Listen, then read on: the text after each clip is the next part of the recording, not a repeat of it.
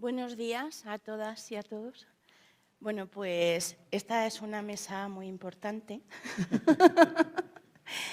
Es una mesa en la que vamos a intentar no solo hacer historia, sino poner en valor la vista con trayectoria, ¿no? Es una mesa llena de experiencia, de gente que ha vivido muchas cosas, y creemos que conocer el pasado, los aciertos y los fracasos y también la manera en la que se vivió cada etapa, pues es muy importante para poder diseñar el futuro, que es como lo que intentamos hacer aquí estos días, ¿no? Para poner en la mesa toda esta experiencia hemos elegido algo muy común, que es una trayectoria en el tiempo, y aunque ayer ya se hablaba de 50 años y de Sitges y tal, nosotras vamos a partir del libro blanco y de ahí vamos a intentar seguir, ¿no? En la mesa está Susana Calvo, que es técnico en el Ministerio de Transición Energética y Reto Demográfico y que además sigue siendo la presidenta de la Comisión Española de Educación y Comunicación de UICN, y además pasó por la internacional y bueno, tiene un largo recorrido y ha sido una gran fabricadora de redes a la que debemos muchas y muchos de los que estamos aquí que nos pusiera en común, que nos permitiera hacer intercambio de experiencias y construir juntas y juntos, ¿no? También está Javier Asín, que pertenece más a la época de las estrategias. Javier es profesor y pedagogo y andaba por ahí en temas de educación en el Gobierno de Navarra y se suma a este movimiento de la educación ambiental en el libro blanco con mucha energía, pues en esa trayectoria lidera con Susana las últimas jornadas de educación ambiental que fueron en Navarra hace una friolera. Bueno, él luego nos va a contar, pero una de las cosas que le agradecemos muchísimo a Javier fue la creación del CRANA. Es una persona muy visionaria y enseguida supo por dónde había que tirar y montó el CRANA, y también agradecemos todas y todos ese espacio en el que también hemos aprendido mucho a lo largo del tiempo, ¿no? Pero no todo se cocía en la administración. Tenemos aquí a Margarida, que, bueno, aunque está muy ligada a la gestión municipal, a su empresa, quiere que la presentemos como educadora ambiental, que es lo que no ha dejado de ser nunca, y está ligada a las asociaciones, aunque ella es de la catalana, ¿no? De la Asociación Catalana de Educación Ambiental. En la época esta de las estrategias y del libro blanco, yo no sé las asociaciones que visitó animando a que nos juntáramos y a crear asociaciones. Yo creo que estuvo charlando y asesorando a casi todas, ¿no? Y bueno, pues desde ahí va a contarnos un poco su relato. Y luego Gaby, que es el más joven de la mesa, en esta cronología. Y bueno, pues pertenece un poco al sector, a la profesionalización, ¿no? Porque aunque también Margarida va a hablar de educadoras y educadores ambientales, es más desde el movimiento social, y Gaby desde lo profesional, ¿no? Ligado a los equipos de educación ambiental del Gobierno de La Rioja. Él ha vivido la trayectoria y ha sentido en su trabajo los cambios que han ido produciendo estos otros hitos, yo creo, ¿no, Gaby? Entonces, bueno, pues como tenemos muy poco tiempo y muchos años que contar, yo voy a empezar ya preguntando a Susana cómo se gesta el libro blanco, ¿no? Yo nunca sé si es de qué lodos estos barros o de qué barros estos lodos, pero eso, ¿de dónde viene el libro blanco? O sea, ¿por qué surge aquí el libro blanco? Tiene por un lado, un deseo de los educadores ambientales de ponerse en común sus pensamientos, que viene no desde el principio, porque al principio, en los años 75 hasta el 85, digamos, la gente está muy ocupada haciendo sus equipamientos, programas, itinerarios o cosas que fueron muy difíciles de montar. Pero una vez pasado este primer momento, sí surge la curiosidad de ver qué es lo que están haciendo otros, cómo podemos encontrar puntos comunes. Y esto cristaliza en la idea de hacer un libro blanco la idea viene también del mundo internacional, porque en aquel momento la Comisión de Educación y Comunicación Mundial de la UICN estaba haciendo todo un programa de estrategias nacionales. Se llama libro blanco porque las competencias aquí están en las comunidades autónomas, entonces el papel del ministerio era más bien de coordinación y de llamar. Y de hecho, el libro blanco se hace, se participa y se publica por parte de todas las comunidades y ciudades autónomas que también participaron. Y se llama libro blanco por esta razón. De hecho, fue como la cristalización, el acuerdo de todo lo que habíamos aprendido cada uno de nosotros en nuestras actividades y ponerlo en común y tener una guía, un patrón de comportamientos, algo también con lo que comparar. Durante las segundas jornadas se crearon unos seminarios en los que se iba descubriendo qué debíamos hacer y qué queríamos hacer en los espacios protegidos, por ejemplo, en los programas institucionales de cualquier institución, en el sistema educativo. Y esos seminarios funcionaron muchos años, hasta ir creando un lenguaje propio. Teníamos también la Comisión Española de Educación y Comunicación de la UICN, que fue el nexo de unión entre ONGs y gobiernos, igual que, claro, ese es el carácter de la UICN, el mezclar ambos. Todos estos seminarios, reuniones, jornadas, se unieron en el libro blanco aunque previamente se habían explorado todas ellas en las terceras jornadas en Pamplona, en las que fueron muy abiertas y hubo 500 participantes, 16 grupos de trabajo que marcaron también la profundización en un tema, porque las aportaciones individuales iban a los paneles. Se trabajó profundizando y esto también fue un aporte para el libro blanco. Se hizo un proceso de participación, también llevado por las comunidades autónomas. El libro blanco definió los conceptos, los valores, los principios y hicimos un esbozo también de marco de acción.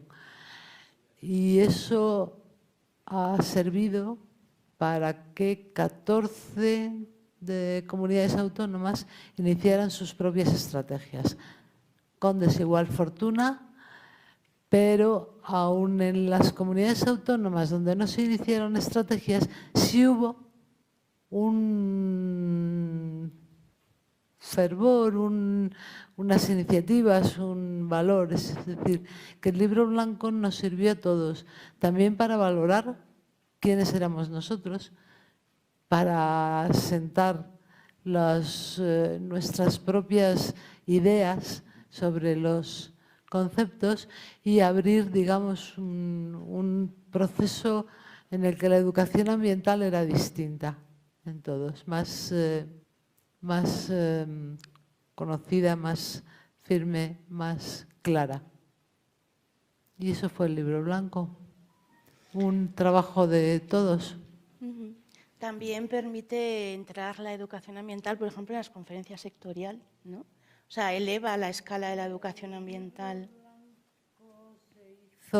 Se coordinó por parte del grupo de técnicos, pero estos dependían de una comisión de educación ambiental formada por directores generales competentes en educación ambiental en las comunidades autónomas, derivado de la Conferencia Sectorial de Medio Ambiente.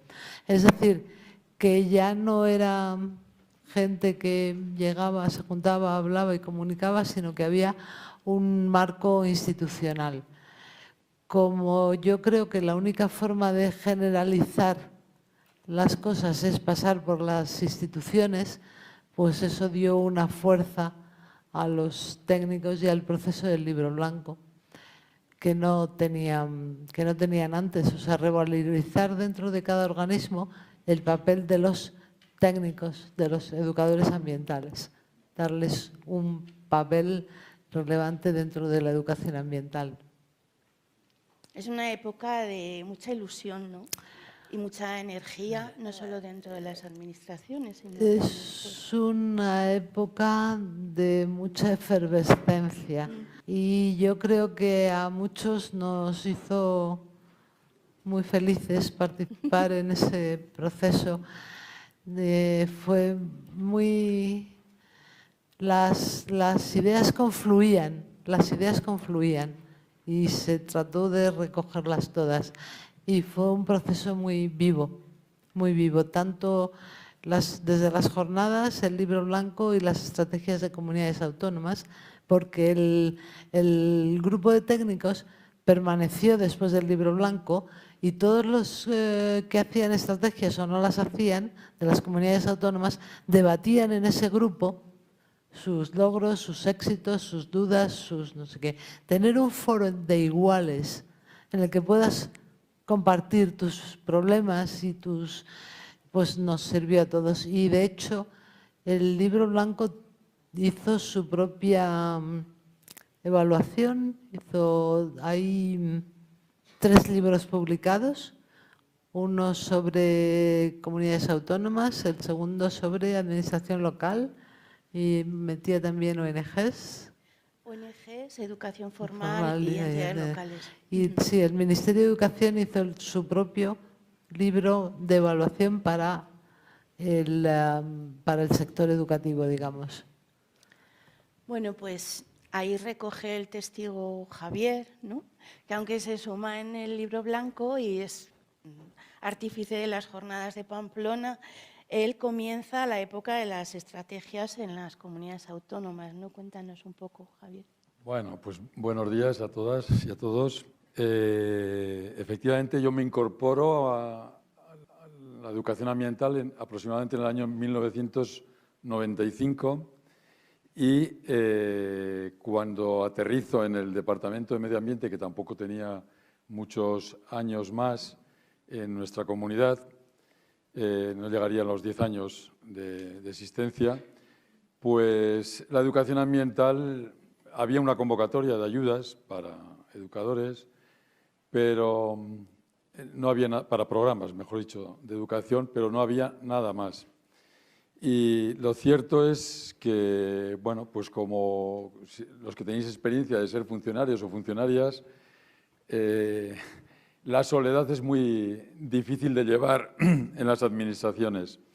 Y la verdad que, bueno, la oportunidad que nos dio el libro blanco para salir de nuestros territorios, encontrar a otros iguales, comenzar a intercambiar ideas, los que era la primera vez que tomábamos contacto con este campo educativo, pues bueno, nos abrió una visión de cómo enfocar nuestro trabajo, qué actividades, qué proyectos impulsar y bueno, pues todo aquello, pues lógicamente, como decía Yolanda, pues nos dio mucha fuerza para trabajar y para sentirnos útiles dentro de nuestras administraciones y también dignificar un poco nuestro trabajo frente a otros compañeros y compañeras que no entendían ni valoraban el trabajo que estábamos haciendo. Entonces, ese momento, romper esa soledad, encontrar a otras personas y compartir conocimientos y saber hacia dónde puedes orientar tu trabajo en un futuro, aquello fue muy, muy importante. Pero no solamente yo creo que lo tenemos que ver esto desde el punto de vista personal, sino también institucional y como, digamos, colectivo de responsables de educación ambiental del conjunto de las comunidades. Para nuestras administraciones ambientales, el proceso que abrió el libro blanco fue muy importante. Quizás tuvo una mayor importancia política que técnica. Me refiero a que fue el primer momento en el que las consejerías o departamentos de medio ambiente, podemos afirmar casi que tomaban contacto con la realidad social, con distintas organizaciones, empresas, asociaciones, ayuntamientos, para compartir sobre todo una gran preocupación que había entonces, que era la importante legislación ambiental que llegaba constantemente a las administraciones y que nos empezaba a afectar a todos los sectores, y la gente no tenía esa información, no sabían qué tenía que ver el medio ambiente con su actividad, con su profesión, con su ámbito de actuación, tanto económico como social. Entonces, fueron unos momentos de acercamiento de toda esa información, de toma de contacto también para conocer las expectativas. Daos cuenta que las personas que participaban ahí eran las más interesadas y, por lo tanto, eran futuros aliados de una administración que quería cambiar las cosas. El que no quería cambiar, pues lógicamente hasta podía molestarles, ¿no? El encontrarse con esos, diríamos, líderes, entre comillas, ¿no?, de los distintos sectores, pero lo teníamos que ver como una oportunidad. Era momento también de promover una importante corresponsabilidad en las organizaciones. En algunas estrategias se consiguieron acuerdos voluntarios por parte de algunas organizaciones. Hubo documentos muy importantes, ¿no? El proceso, desde el punto de vista del proceso, podríamos decir más cosas, pero más o menos lo que os he comentado para mí sería lo más importante, pero para los responsables de educación ambiental yo resumiría diciendo todo ese proceso nos empoderó y nos dio más fuerza para abordar un poco todas esas estrategias autonómicas. Me refiero al proceso del Libro Blanco. Pero las estrategias no solamente se quedaron en procesos, que fueron muy importantes. Quizás igual no supimos valorarlos tanto como los procesos y, claro, había una exigencia de que todo aquellas propuestas que salían de aquellos foros se tenían que llevar a la práctica. Entonces, sí que hubo productos y resultados concretos. En primer lugar, pues yo diría que fue la primera vez que se hicieron unos diagnósticos ambientales de manera participada en muchas de las comunidades y también diagnósticos específicos de la situación de la educación ambiental. Nos ayudó a identificar, digamos, las necesidades educativas de distintos sectores sociales y económicos.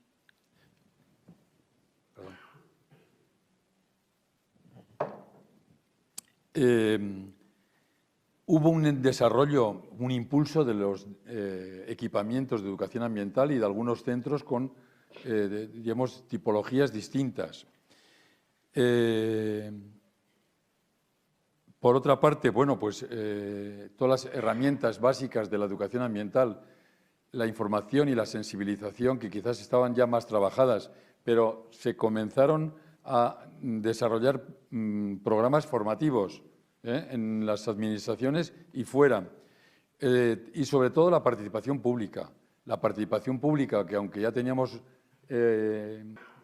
digamos, legislación comunitaria, no teníamos ninguna normativa autonómica ni estatal, y esos procesos fueron referentes para otros procesos de participación que luego se fueron expandiendo y extendiendo en las administraciones. Yo creo que una vez que toda esta primera fase de las estrategias, que más o menos nos puede situar en el año 2006, desde el 2000 al 2006, las estrategias entraron en una fase distinta. Ya no era posible mantener el dinamismo de esas estrategias con la manera con las herramientas que habíamos actuado en esa primera fase, del 2000 al 2006, y teníamos que dar el salto a eso que el Libro Blanco insistía tanto, que era integrar la educación ambiental como herramienta de gestión. Trabajar con otros compañeros y compañeras de las administraciones y también de fuera de las administraciones, crear equipos multidisciplinares de técnicos y educadores, dar el salto a una educación ambiental más temática, más sectorial, y eso requería muchos más recursos que los que habíamos manejado hasta entonces y requería otras metodologías que muchos educadores y educadoras tampoco estábamos preparados. No existían metodologías de intervención específicas por sectores y todo eso, pues claro, como os digo, requería muchos recursos. Nosotros en nuestra comunidad tuvimos la suerte de tener un centro que era una entidad privada, pero dentro del derecho público, que nos permitió ese bache, esos recursos que no nos aportaba inicialmente la Administración, los encontramos en los fondos europeos. Y abrimos una importante brecha, nos dimos a conocer, contactamos con muchas organizaciones europeas y prácticamente el 80% de nuestra actividad se financiaba con los fondos europeos, no solamente los gastos de estructura del centro, sino todas las actividades que desarrollábamos en materia de energía, de agua, de residuos, con distintos sectores. Yo creo que ese salto a nosotros nos hubiera gustado consolidarlo mucho más. Estábamos en esa línea, pero nos llegó la crisis y la crisis pues no se gestionó como la actual. La crisis tuvo una orientación política basada en los recortes. No se aprovechó ese momento de crisis en las administraciones para reformular políticas y lo único que se hizo fue los recortes aplicados a las inercias de las políticas.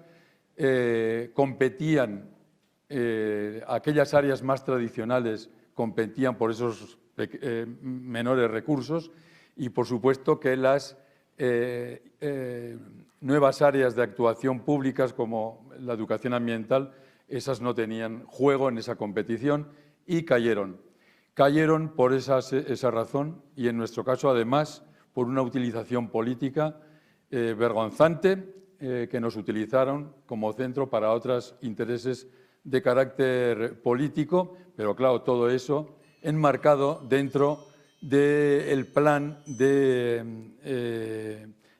de reestructuración del sector público que, en teoría, solamente afectaba a la administración del Estado, pero en algunos sitios esa filosofía la aplicaron en las comunidades y nosotros fuimos uno de esos cadáveres.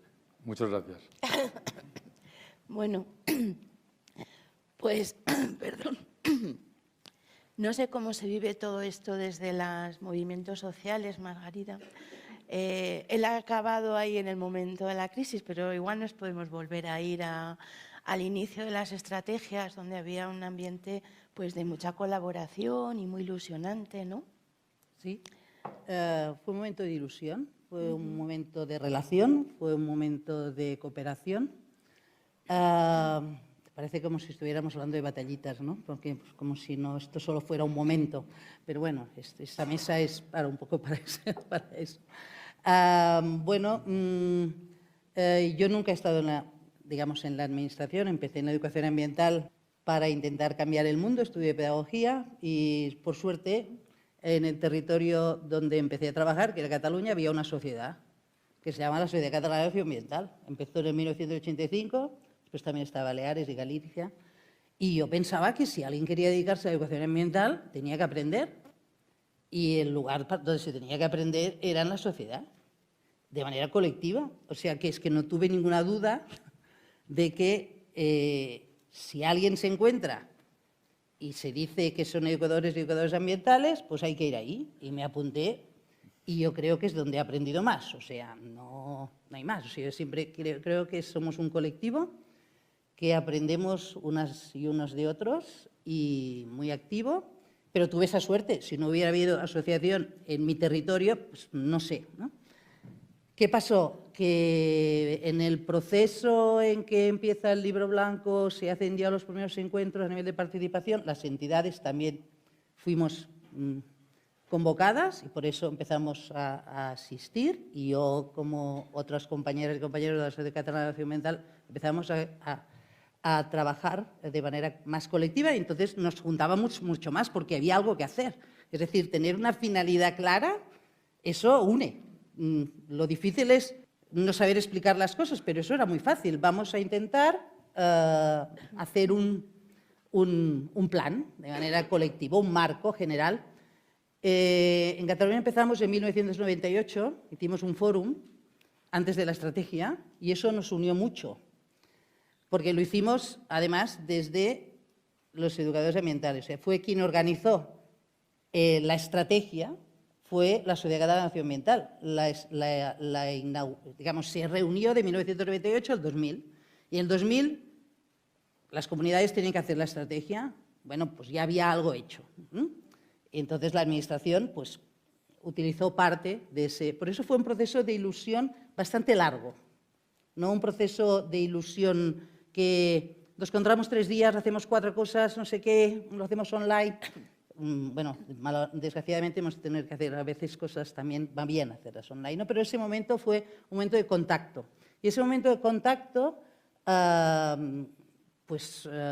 lo que produjo fue que yo no estuve en la creación de la Sociedad Catalana de Acción Ambiental, porque empezó en el 85 y yo empecé en el 86, ni tampoco en Sitges, sí que estuve ya aquí, pero por suerte pude participar en muchos encuentros, como ha dicho antes Yolanda, en Madrid, en Andalucía, en País Vasco, bueno, en Galicia y en Baleares ya estaban constituidas, Extremadura, Castilla-León, bueno, es que me voy a dejar a alguien, pero me sabe mal, pero fue como un tour donde ibas a todos los territorios y había ilusión, había contacto y había colaboración. Porque si queremos cambiar el mundo, no vamos a ser pocos o pocas, ¿no? Tenemos que ser el máximo de gente posible.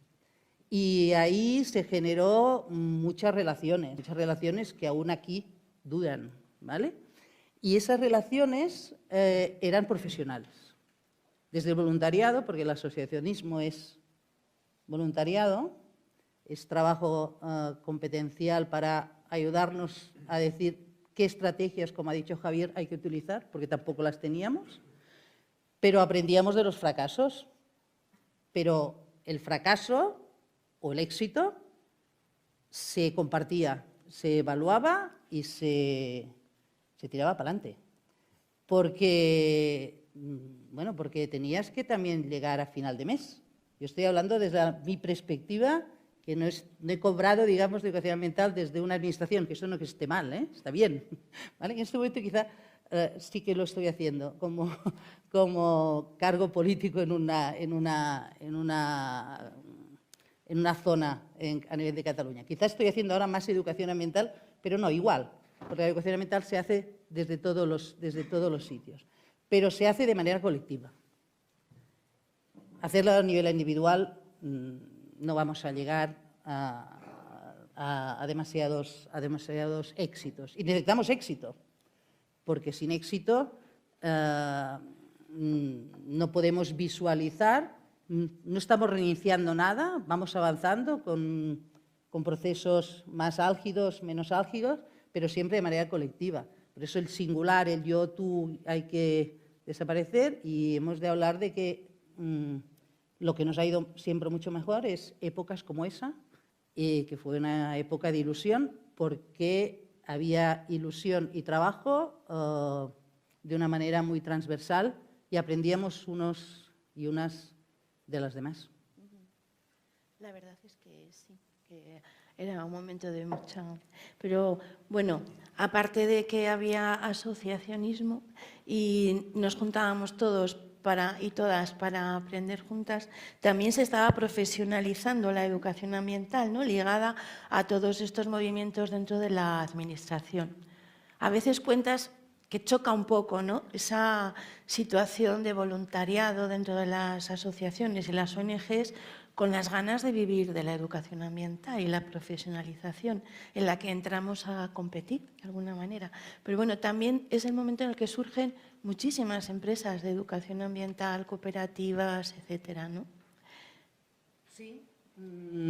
Algunas estrategias tuvieron, en el momento de definirse y hacerlas, pues se contrataron equipos para hacerlas. Eso provocó división dentro de diferentes comunidades, porque quien cobraba eran unos y los que iban a participar eran otros, que no cobraban. O sea, era algo normal, ¿no? Y entonces eso generó en algún momento conflictos. Pero tuvo partes muy positivas. Es decir, se consolidaron algunos equipamientos, se consolidaron algunas empresas y de alguna manera se empezó a hablar de que, bueno, pues que es una profesión, que hay gente que hemos vivido de ella durante 40 años, ¿vale? Y que eso es importante.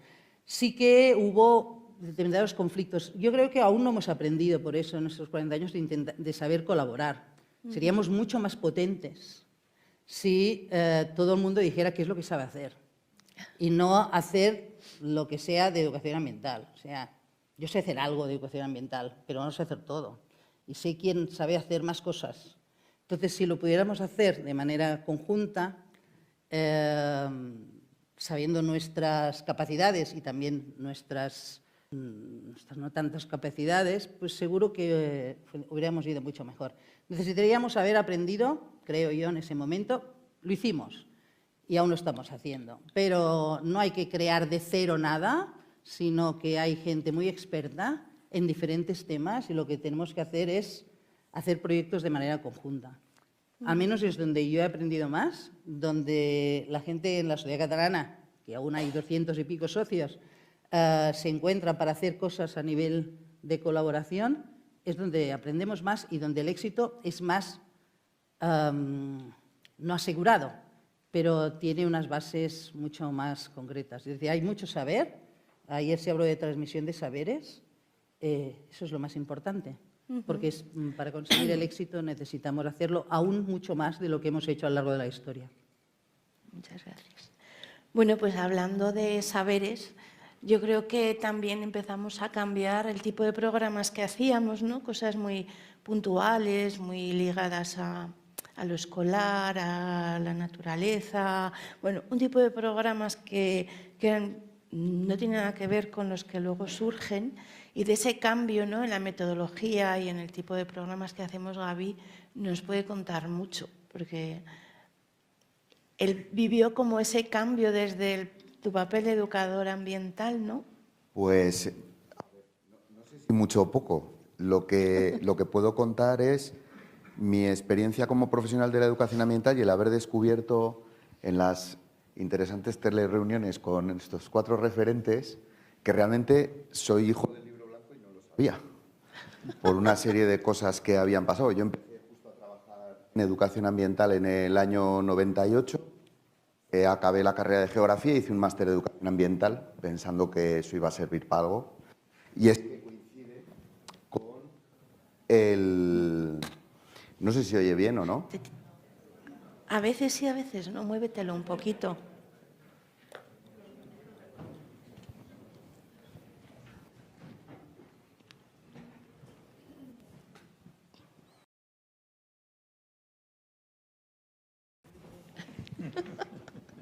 A ver, ahora sí se oye. Dice Susana que es más bonito ser hijo de libro blanco que hijo de cura. Pues yo soy de los dos. O sea que algo tendrá que ver también. Entonces, lo que os decía, que, o sea, darme cuenta de eso. O sea, ¿qué puedo contar yo en este relato como educador ambiental? Justo empecé en el año 98 a trabajar, pues resulta que es que varias oportunidades para los educadores y educadoras ambientales, ¿no?, a nivel estatal. Aparece en el Gobierno de La Rioja. Una de las cosas que aprendí con la educación ambiental, cuando saqué el agujerito, como ha dicho Javier, de que no estás solo, y la visión territorial, es lo pequeña que es La Rioja. 300.000 habitantes dan para lo que dan, sin un tejido social, sin una sociedad riojana de educación ambiental y una asociación donde aprendías educación ambiental. Entonces, lo primero es tener la oportunidad de trabajar y decir, ay, pues qué fácil ha sido, ¿no? He hecho el máster y de repente se abren 2 puestos de trabajo en La Rioja. Para empezar, a cuentas de que aparece en las calles un contenedor amarillo y había que hacer algo, se supone. Luego dije, eso era apoyo a las líneas de gestión y a talleres a adolescentes. Aparece un parque natural en La Rioja y entonces conllevaba que se hiciera algo divulgativo. Y entonces lo primero es empezar. Lo segundo que aprendimos por aquellos tiempos tempranos, los educadores ambientales, era la precariedad. Los que nos contrataron al principio para trabajar en una empresa de servicios genéricos que no sabían de educación ambiental ni tenían ningún interés. Eran intermediarios, pagaban muy poco y nosotros generábamos todo. Las actividades, los programas, y entonces pensamos, nos fuimos dando cuenta del convencimiento de que la educación ambiental siempre iba a salir de fondos públicos, no podía ser algo totalmente privado, al final el recurso venía de ahí, fuera la fórmula de trabajo que tuvieras, y que necesitabas a personas. Hacía falta alguien en el sector público riojano que confiara en alguien, en el trabajo, la visión y en un profesional de la educación ambiental que no existía ni se sabía muy bien qué era, ¿no? Y entonces empieza a aparecer una palabra que es la calidad. ¿Y qué es hacer educación ambiental? Pues estar con niños y contar cosas del medio ambiente, ¿no? Y ya está. Y entonces aquí el segundo punto, yo creo que en este recorrido clave es este sitio, el CENEAM, ¿no? Y más en un territorio en el que no teníamos otra referencia, aprender a ser profesionales aquí y conocer a referentes, como muchos de los que estáis aquí, ¿no?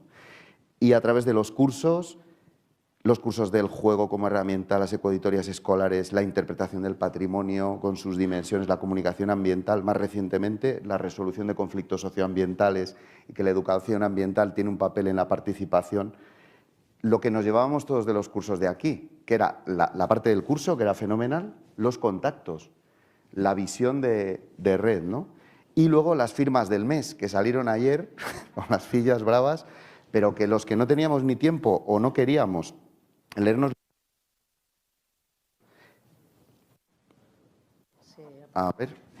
libracos de educación ambiental, eran pequeñas reflexiones que iban configurando, como decía antes Javier, el tener un sentido de hacia dónde trabajabas o qué podías suponer, ¿no?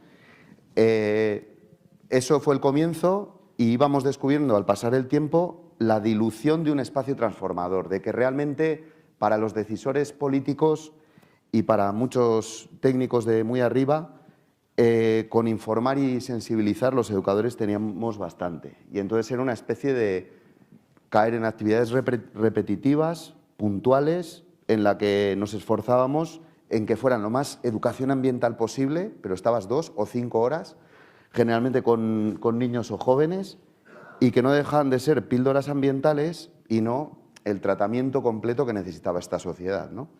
Y entonces, la otra experiencia de ese primer tramo, antes de que llegara la crisis, el tema de la temporalidad.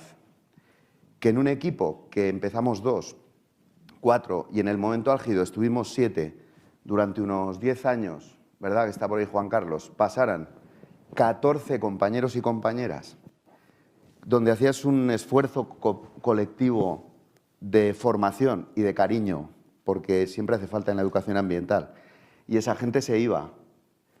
Y muchos opositaban, como salió ayer en La Muñeira, o lo que fuera, ¿no? Y entonces, y la sensación de los 2 que sobrevivimos, además de cierta culpabilidad, porque teníamos la suerte, es que eras un afortunado si podías seguir haciendo cosas de educación ambiental, ¿no? Y entonces, pues, sin ser perfecto, fue creciendo el sector, se utilizaba desde los decisores como escaparate y que se viera gente haciendo cosas con niños, ya lo que hicieras pues corría de tu cuenta, más o menos, y llega la crisis. Llega la crisis y se dejan... ¿Qué? Que llegaba a tiempo. Vale, muy bien. Entonces, lo que fue en La Rioja, que la educación ambiental era a tutiplén, se pagaban todos los autobuses gratis, unos materiales didácticos a todo color que no se usaban en los centros educativos, que costaban un pastón, de fichas que se daban gratis a todos los chavales y chavalas que participaban. De repente se deja de financiar todo, en el equipo de 7 personas nos quedamos 2 y toda esa parte cae. Y entonces, crisis-oportunidad, aparecemos otra vez por aquí por el CENEAM, conocemos a algunos que están por aquí de Senred y por aquí al lado, y descubrimos una dimensión distinta, las redes de escuelas para la sostenibilidad, es Senred, que se llama ahora, ¿no? Y entonces resulta que podemos hacer lo que estábamos esperando poder hacer, que es un trabajo acompañando a docentes, ya no trabajando con niños, durante más tiempo.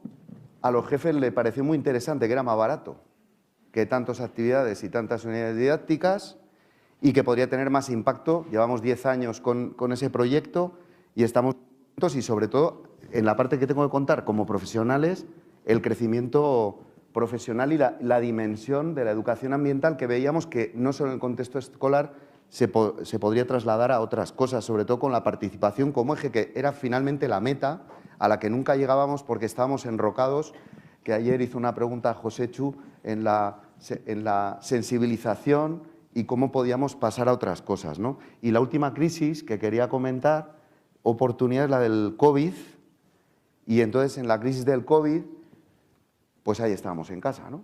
Pero había algo que hacer, nos estaban pagando, éramos unos afortunados, había que hacer algo interesante. Y entonces aparece en nuestras manos el libro de 20 años del Libro Blanco, la obra está colectiva, creo que coordinada por Javier Benayas y por Carmelo Marcén, estuvo también José Manu, mucha gente, que decidimos hacer a nivel interno con Mónica, la compañera de la consejería, pues una reflexión. ¿Qué había pasado en La Rioja? ¿Esto nos dirá algo o no en este territorio tan pequeño y que no tenemos sociedad de educación ambiental?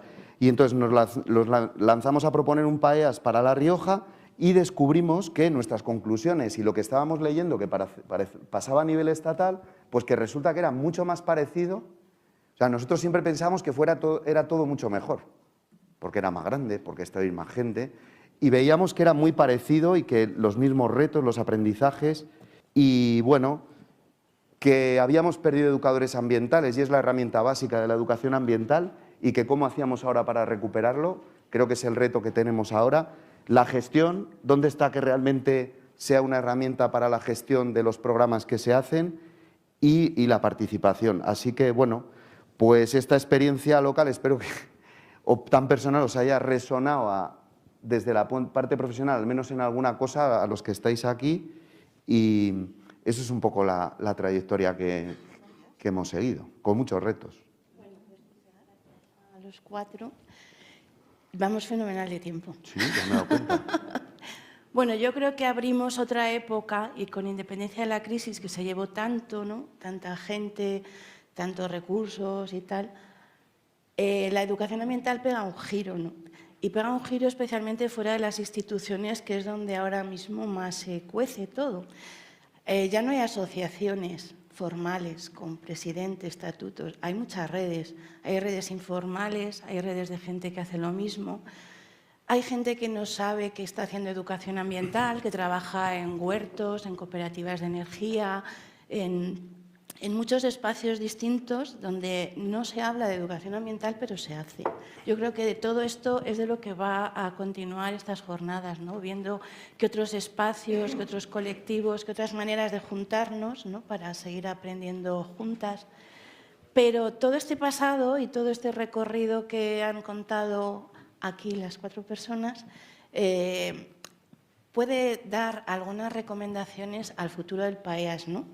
Yo os pediría, como a modo de titular, para poder dejar alguna pregunta y algún sitio, ¿qué recomendaríais a este PAEAS que ha arrancado el año pasado? Pero bueno, como que arrancara de estas jornadas desde vuestra experiencia y desde vuestro lugar de trabajo, ¿no? O donde habéis estado.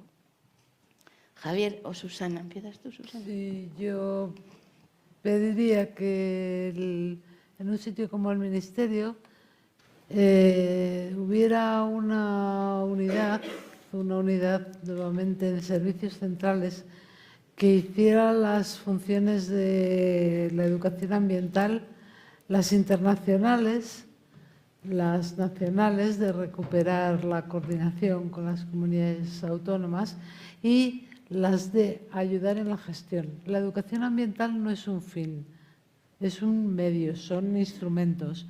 Y ponernos al lado de los áreas de gestión para colaborar con ellos, para ayudarles en sus objetivos, que ha sido, digamos, lo más complicado de intentar. Esas son las 3 cosas que debería hacer esa unidad que no existe en servicios centrales. Javier. Bueno, pues yo os diría que si de verdad a nivel político se cree que es necesario transitar a otra situación desde el punto de vista ambiental, se tiene que tomar mucho más en serio la educación ambiental. Nosotros hablábamos estos días, ¿somos o no somos trabajadores esenciales? Pues sí, tenemos que ser trabajadores esenciales, pero para eso nuestras organizaciones, nuestras administraciones tienen que institucionalizar la educación ambiental. Las estrategias fueron promovidas por personas en general. Ahora es el momento de retomar lo que se ha perdido, pero no solamente de retomar, sino de profundizar en la institucionalización. Eso por un lado. Y luego, por otro, nos dimos cuenta que nuestras administraciones no estaban preparadas para realmente abordar en serio la educación ambiental como herramienta de gestión. No estaban ni están preparadas, porque creo que no se ha avanzado. Desde entonces a hoy, absolutamente muy poco. Entonces, ¿qué significa preparar nuestras organizaciones, nuestras administraciones, para que la educación ambiental tenga un marco y un espacio donde poder desarrollarse? Estamos hartos ya de hacer reflexiones y hacer propuestas, y no hacemos más que incidir en dos propuestas muy importantes. La integración del factor ambiental en todas las políticas, porque hay que darles más coherencia. Y en la transversalidad para abordar la complejidad de los problemas, para poner en el centro a la ciudadanía, no para que el centro sea el reglamento o la normativa, la ciudadanía en el centro, y eso requiere más coordinación, un trabajo más multidisciplinar, unas estructuras más horizontales que se combinen con las estructuras verticales actuales de departamentos o consejerías, pero necesitamos romper esa estructura y combinar con otras estructuras horizontales. Una dirección política más estratégica, que no esté pensando en el hoy, sino en el mañana, en el futuro. Y todo eso, pues sabemos que sin una reforma en profundidad no se puede llevar a cabo. Una reforma en profundidad de la Administración. Se ha aprobado un decreto ley de modernización de la Administración General del Estado. Sí, un titular. Eso no es suficiente. No es suficiente, y la prueba del algodón para mí es que si ahora están los fondos Next Generation, esa es la prueba del algodón del PAEAS. Ahí tiene que introducirse la educación como apoyo a todos esos fondos económicos que buscan, sobre todo, cambios tecnológicos, pero tiene que haber cambios en los estilos de vida, ayer se dijo, y para eso tenemos que ser esenciales. El titular se ha hecho todo el periódico entero, ¿no? pero es absurdo. Es decir, no puede haber, el titular es, no hay acción transformadora que no haya la educación ambiental, ni una, porque si no, no va a funcionar. Y entonces, si esa acción transformadora en este momento se llama Next Generations, en mi tierra, en mi comunidad, y toca transición energética, pues toca transición energética en ese momento. Y ahí es donde no puede haber ese empoderamiento de la ciudadanía, no podemos hacer la transición energética desde fuera del territorio, se tiene que hacer desde el territorio, de cada uno de los territorios, con los elementos del territorio. Y eso quiere decir empoderar a la ciudadanía, porque hemos de ser mucha gente. Y la estrategia, la herramienta, se llama hoy, ayer y siempre educación ambiental. Muchas gracias, María. ¿Y el último titular? Y el último titular, sobre reorientar e innovar en educación ambiental, es lo que hablábamos de el educador ambiental como parte de un equipo multidisciplinar haciendo proyectos conjuntos, que la función del educador y educadora ambiental sea acompañar, asesorar y capacitar a entidades y colectivos que quieran hacer esa transición y abordar esos cambios que son urgentes, la palabra urgencia tiene que aparecer, y que las instituciones tienen que proponer la investigación sobre la percepción, sobre las barreras, para a partir de ahí tomar las decisiones. Y si no se hace eso, pues lo vemos un poco complicado. Bueno, pues muchísimas gracias. Antes de dejaros un minuto para alguna pregunta o algo así que tenemos, queríamos compartir que en este recorrido que hemos hecho por la historia, pues nos hemos acordado de algunas personas que hoy no están aquí, como Toti, ligada al CNEAM, Fito, muy ligado al Crana, enamorado del agua, y Nutri, con el que tanta gente aprendimos a hacer interpretación, ¿no? Y no queríamos dejar de dedicarles un segundito de recuerdo aquí colectivo.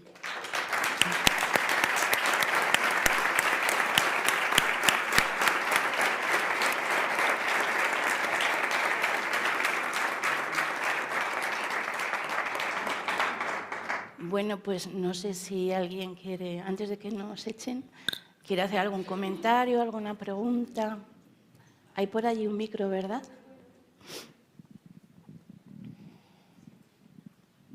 Bueno, buenos días. Encantada de oíros a todas y a todos, porque he compartido mucho trabajo con vosotros durante mucho tiempo.